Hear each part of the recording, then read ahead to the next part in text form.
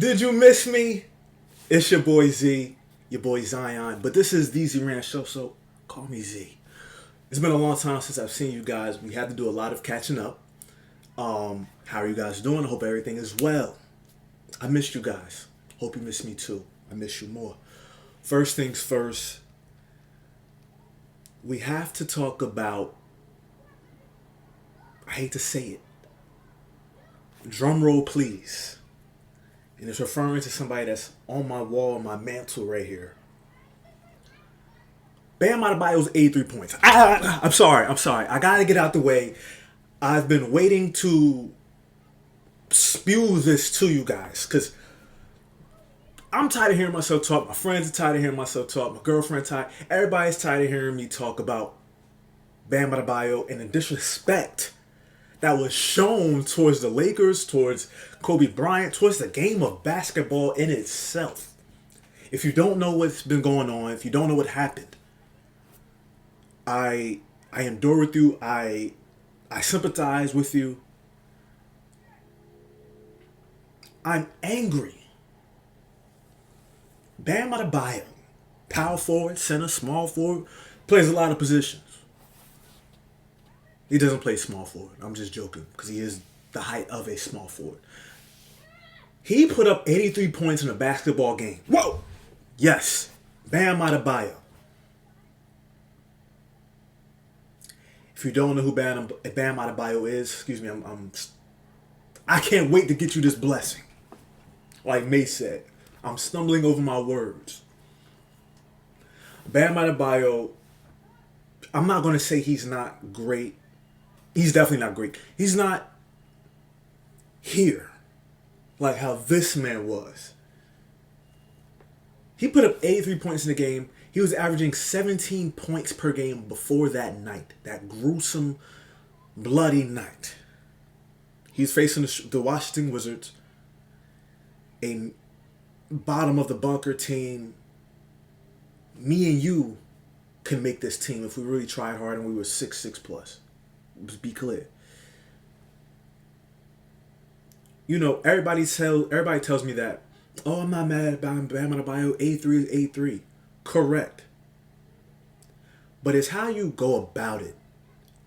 And it's how you carry yourself afterwards is what pisses me off. It's no way in the world Bam Adebayo laced his sneakers up that night and said, oh, AJ, I'm going to put up 83. Come to the game.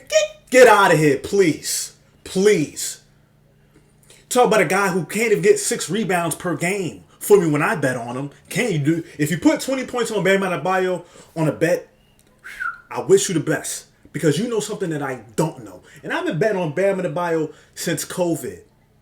Him and DeAndre Ayton, 2 guys that's been on my list that I just refuse to bet on.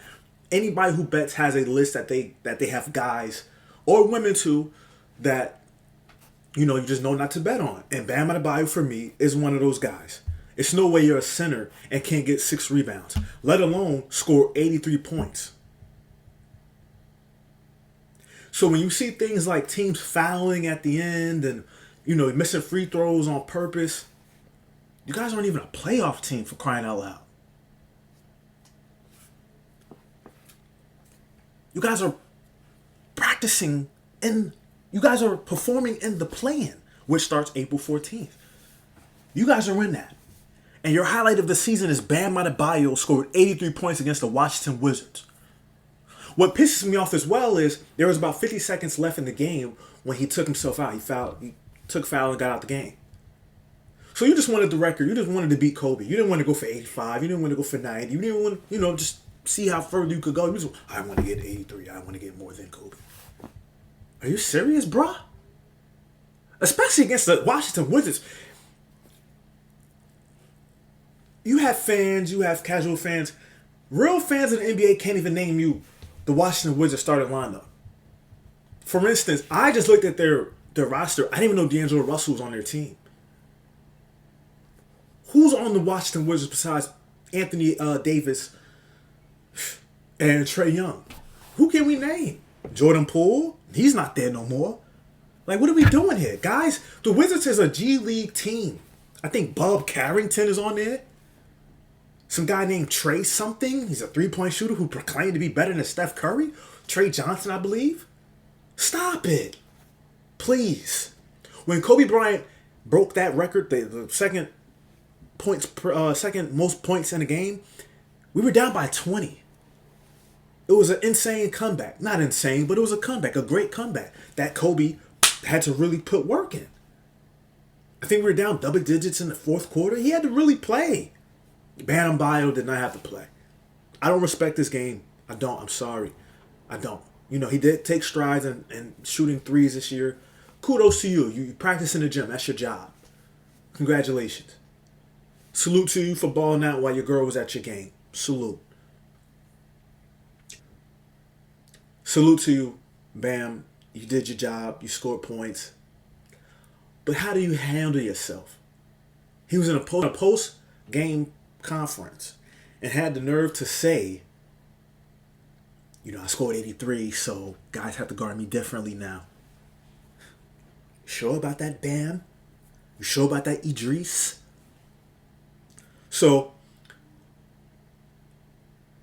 what I wanted to see from Bam Adebayo after that 83-point game was his confidence to soar, especially in his play. Most important of all, his play. He faced the Wizards again. And he scored a whopping 14 points. Now, I'm bringing this up today, ladies and gentlemen, because he plays the Washington Wizards again today. And Wizards players, this is a mantra to you.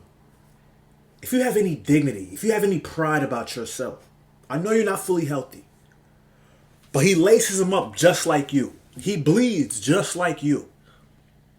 Have some pride for yourself. Have some pride for your last name on your jersey. For the game of basketball. 83 points? Not to Bam. No, that's disgusting. And I'll be honest with you, if I was the owner of that team, I might have fired everybody. Everybody. And take the chair that you're sitting on with you, buddy. That is disgusting. Disgusting. Let's move on. I think you guys get the point. I'm just disgusted, and I could go on and on and on about this. But Bam Adebayo, I really think that record should be wiped away from history. Like how, you know, when you watch a Men in Black and they hit you with the glasses and you forget everything. That's what I think should happen to the world. Please. Let's move on. I want to just skirt past the NCAA tournament. It was a good tournament. It had its moments. You had great comebacks, great buzzer beaters. But I have to give a special shout out to one player. He's on a championship winning team, Michigan. Elliot Cadeau. He's from New Jersey. I had to eat my words because I thought that whatever team he's on, I don't know how they're winning so much, but whatever team he's on, they're going to be a sinking ship. And he made me eat my words. He played a great game in the championship game and in the games prior to that. He hit his shots. And he assisted on the floor. He was a floor general.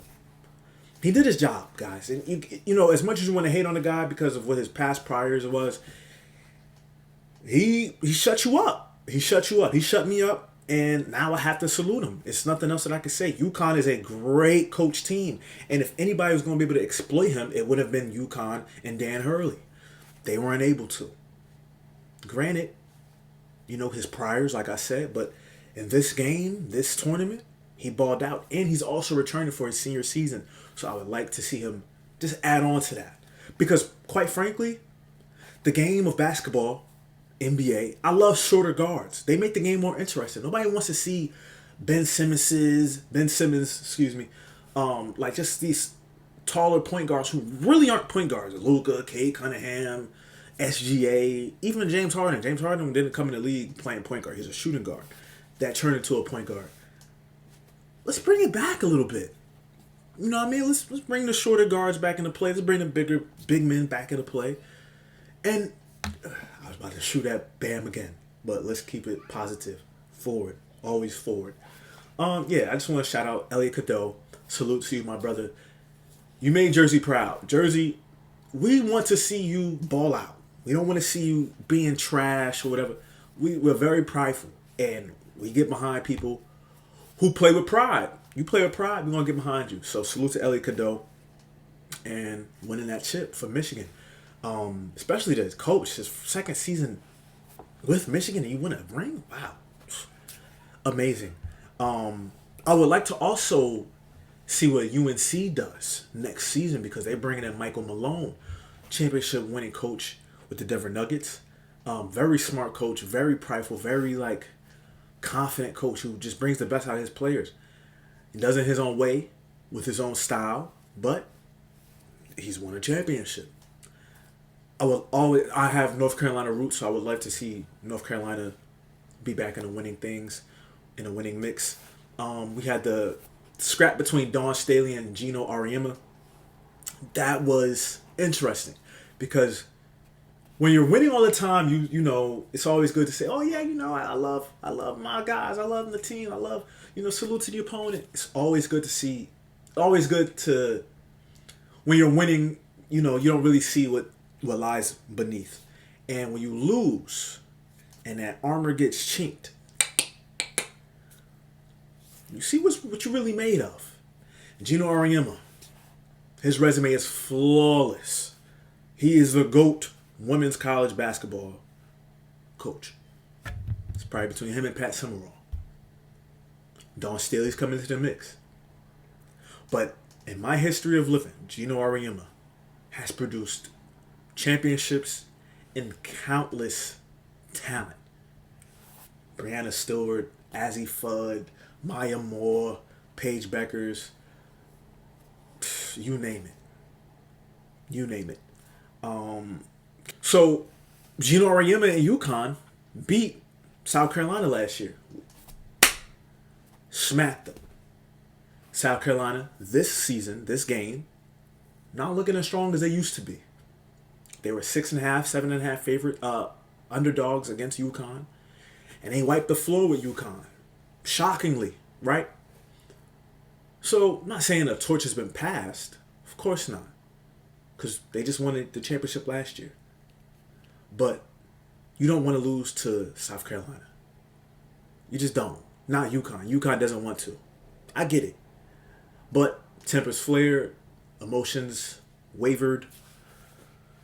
Gino Auriemma showed his true colors, man. He's a sore loser. Granted, I personally don't care because it's good for basketball. I know nobody plays the game to lose. So it's not really a story to me. Everybody can't be friends in this world, especially in the world of sports. There's going to be some knuckle up, heads up, let's go. And like Dawn Staley said, I'll kick his butt. That's the Philly in her. It's the Philly in her. I love it. It's good for sports, guys. Let's not linger too much on that. Let's move on to the next season. Like Dawn said, it is what it is. Either team didn't even win a championship. Shout out to UCLA and Lauren Betts. She's going to give that league trouble. She's very smart, very strong. I can't wait to see her come into the league next year. WNBA has a lot of moving parts coming in. I just seen 4 teams get added on. You had Cleveland and all these other teams get added to the roster, to the mix. Excuse me. We'll see how that plays out. Next, I want to talk about the NBA playoffs. Guys, this is just a recap video. I really don't want to have this video going on too long. Just for the simple fact, I know this is just the first time you guys have seen me in a long time. I don't want to wear you guys out. I'm going to give you a quick video right now. Just catching up, just miss you guys. Got to talk some sports. You guys want to talk about some Deonaty Wilder and Derek Chisora? I'm sorry. I love you. Whoa. That guy is crazy. I don't care how old Deonaty Wilder gets. His fights is always going to be entertaining. Especially when he's winning. Nobody wants to see him keep losing and falling on the ground and this and that. But, I mean, that right hand of God is just... Goodness gracious. Certain guys is just entertaining. And that's what's really good about boxing. You don't have to be undefeated to be entertaining and still, draw a crowd. Guys, that's the sport of boxing. The sport of boxing is not 50-0. Shout out to Floyd. That's not the sport of boxing. The sport of boxing is fighting the best people and entertaining. That's it. That's all it is. That's all we want to see. We don't care how many losses you have. Doesn't care. As long as you protecting yourself, of course. But, as long as you look sharp out there and you entertain it, go out there and fight. So, yes, it was really good to see Deonaty Wilder back in the mix. Hopefully that fight with Anthony Joshua. We've been waiting almost, 10 years for that fight, guys? Come on. Who would still let us see that fight? And then winner faces Tyson Fury. That would be pretty good. Anthony Joshua has a lot of battles to go through, though. Obviously, he went through that terrible accident, losing his 2 friends and injuring himself in South Africa. So, you just hope for the best for these guys mentally, because they go through a lot that they don't show or can tell. So, hopefully the process is good. Hopefully the process is just a loving one for him. Because I think that's what that guy just needs. Just some love. You go through something traumatic like that, you might want to step away from the game. And then I can't blame you. I can't. Your trainer and your one of your best friends? Come on, man. But yes, the next fight that's coming up, I believe it's in June. You got Boots Ennis versus Xander Zayas. Have to do my research on Xander Zayas, to be quite honest with you. But like we all want to see Boots fight some competition. That's all we want to see. Unfortunately, Virgil Ortiz backed out of the fight, or the contract got mixed up, something like that. I just want to see Boots fight some competition. And to be honest with you, I'm scared for Boots only because I had a dream almost last year around this time. I had a dream that he got knocked out by a Spanish guy. And the cat was laid out. I don't know if that is Xander Zayas knocking him out. I don't know. But it's kind of like Creed level, So shout out to Philly. Shout out Boots Ennis. But you better buckle up, because you've been here for a long time and somebody's going to try and test your Teflon. So be careful out there. Let's move back to the NBA playoffs, NBA standings or whatnot. Got to talk about my Lakers. It was all good just a week ago, guys.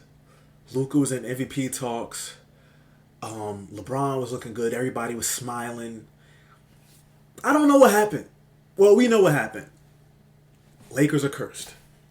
Unfortunately, Father Time is catching up to LeBron.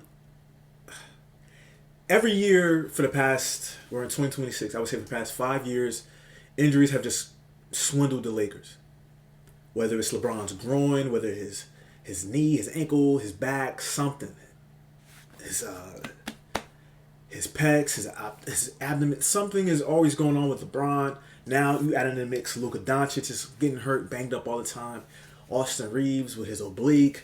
It's like, oh my goodness. Just when we was looking good, we was coming off of a 9-game winning streak. And boom, you get shot. I actually think the Lakers can maybe, I'm not going to say hold out for a whole series, because Luka's going to Spain. We don't know what he's going to look like when he gets back. Austin Reeves is saying 4 to 6 weeks. But if we can just hold out for maybe 2 games, Luka, you can come back. It's just basketball, guys, right? We want to see our players play. Come on. I want to see Bronny James. Sorry. I don't care. Just tell me. You can close the app out now. I want to see Bronny James in the playoffs. In the playoffs, you get to see what you're really made of. Truthfully, honestly. I want to see it. I think LeBron's going getting into hope talks. Hope talks is one thing. Knowing what you know is another thing. I'm hoping for the best. That's all I'm going to say. In a perfect world, I would love to see Bronny take the reins over for LeBron. Because Bronny can play. If you really could sit here and look at his game and say he can't play, then that's just your opinion. My opinion is the kid has what it takes. I think it's just more so up here, figuring it out. What I see from him is he's going too fast. Instead of taking his time and just picking his spots or whatever, I think he's just gotta slow down, Bronny. That's it. You got all the intangibles. You got the whole attributes, physically wise. Just put it together, my brother. You'll be good. You'll be good. The Lakers, you got Anthony Davis is on my mind.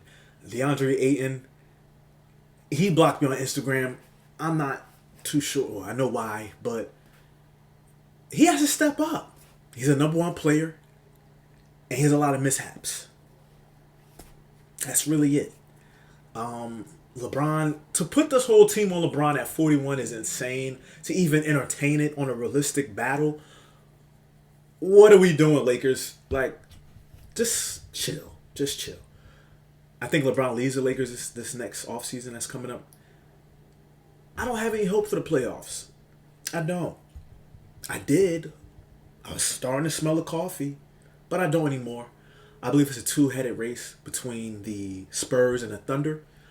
It was hard to count Wemby out. Wemby, healthy, 7'4", beast, mammoth of a man, blocking shots, and he's blocking shots so often now.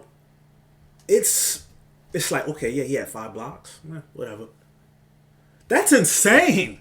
5 blocks is crazy. So I think the Spurs and Thunder is going to battle it out. Nuggets, I think they're just too old now. I think the league has just kind of went past them. Jokic in a 7-game series. I'm not the biggest Jokic fan, so I'm always going to just count them out, me being a Lakers fan. So, yeah, I think the Spurs and Thunder is going to rock out in the West. And the East, however, it's not going to be the Knicks. It's not going to be Boston. I think it's Detroit's time. I think Detroit is going to make it out of the East this year. One of the things I would love to see in the playoffs, hopefully they make it to the playoffs, is the Charlotte Hornets. They're not my sleeper team, but I just want to see them play. I want to see LaMelo Ball and judge LaMelo Ball correctly to see where he is amongst the league's elite. Can he battle day in and day out, game in, game out, when your scouting report is on you for the next game, and the next game after that, and the next game after that? That's what I want to see. I want to see Concanapple. I want to see Miles Bridges. Like I said, I really want to see LaMelo Ball and judge him. We've seen Ja Morant. We've seen Anthony Edwards. We've seen Zion in a playing game. We put 40 on us, on the Lakers. We haven't seen LaMelo in some real competition. So that's what I want to see. The Rockets are also a sleeper team in the West. They're playing up now. They're getting up now. And KD is that missing piece for them.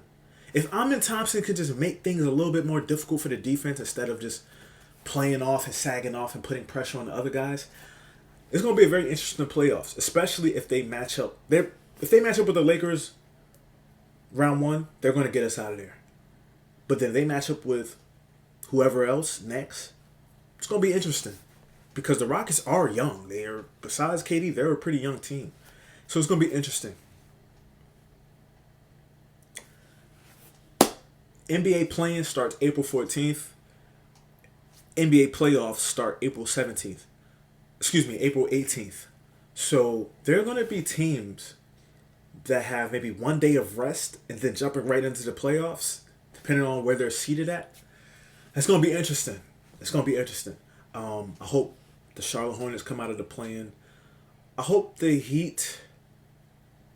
I don't want to see the Heat in the playoffs. I want to see the Magic. I want to see the Hornets in the lower seeds. And that's really it. It's a top-headed race with the East. In the West, it could be really up and down. If it gets chaotic. Because, injuries is just all over the place. Somebody's going to get hurt, unfortunately. Just got to prepare for it. Next, we have the NFL. NFL draft. Oof. Fernando Mendoza. Sonny Styles, Arvell Reese, David Bailey, Mansour Delane, Caleb Downs, just to name a few. Jeremiah Love, just to name a few of the top guys that are going to be in the draft. Who do you want to see in the draft this year? Personally, I'm a Giants fan. I really don't care who we get, as long as the pick hits and we have impact. Don't reach and get somebody just for the heck of it. This pick has to hit. You're building something here, John Harbaugh. Something has to go. Like I said, ladies and gentlemen, I don't want to speak too much about. I don't want to linger on. But Next week we have a lot of surprises coming up. We're gonna have a mock draft coming up next week. A lot of draft talk next week.